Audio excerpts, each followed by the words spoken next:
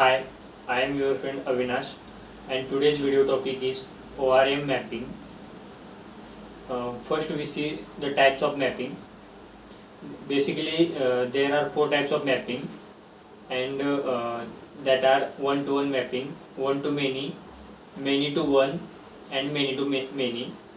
There are two other types of mappings also, that is embedded mapping and inheritance mapping. Let's discuss mapping in detail one by one. First one is one-to-one mapping. One-to-one mapping represents that a single entity is associated with a single instance of the other entity. An instance of a source entity can be at most mapped to one instance of the target entity. Now we see example of one-to-one mapping. One person has one passport.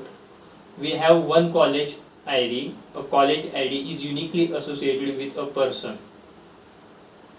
One-to-one mapping is of two types. First one-to-one unidirectional and one-to-one bidirectional. In one-to-one unidirectional, in this one entity has a property or a column that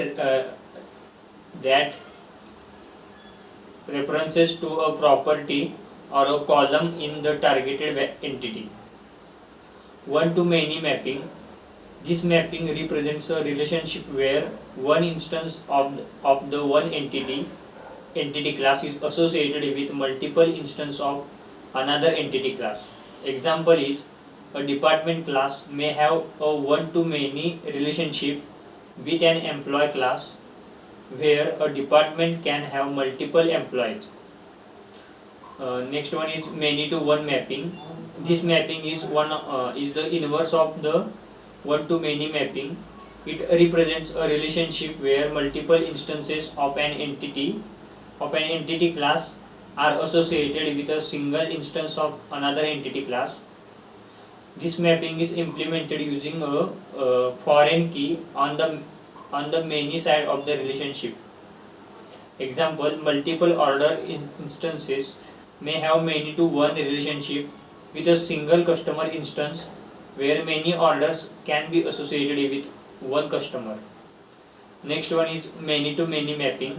This mapping represents a relationship where multiple instances of an entity class are associated with multiple instances of another entity class.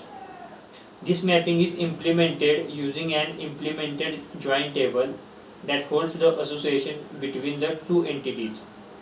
Example is, a student class may have many-to-many relationship with a course class, where each student can enroll multiple courses and each course can have multiple students. Next two types are embedded mapping and inheritance mapping. These are the commonly used ORM mapping types. Thank you. That's all about ORM mapping.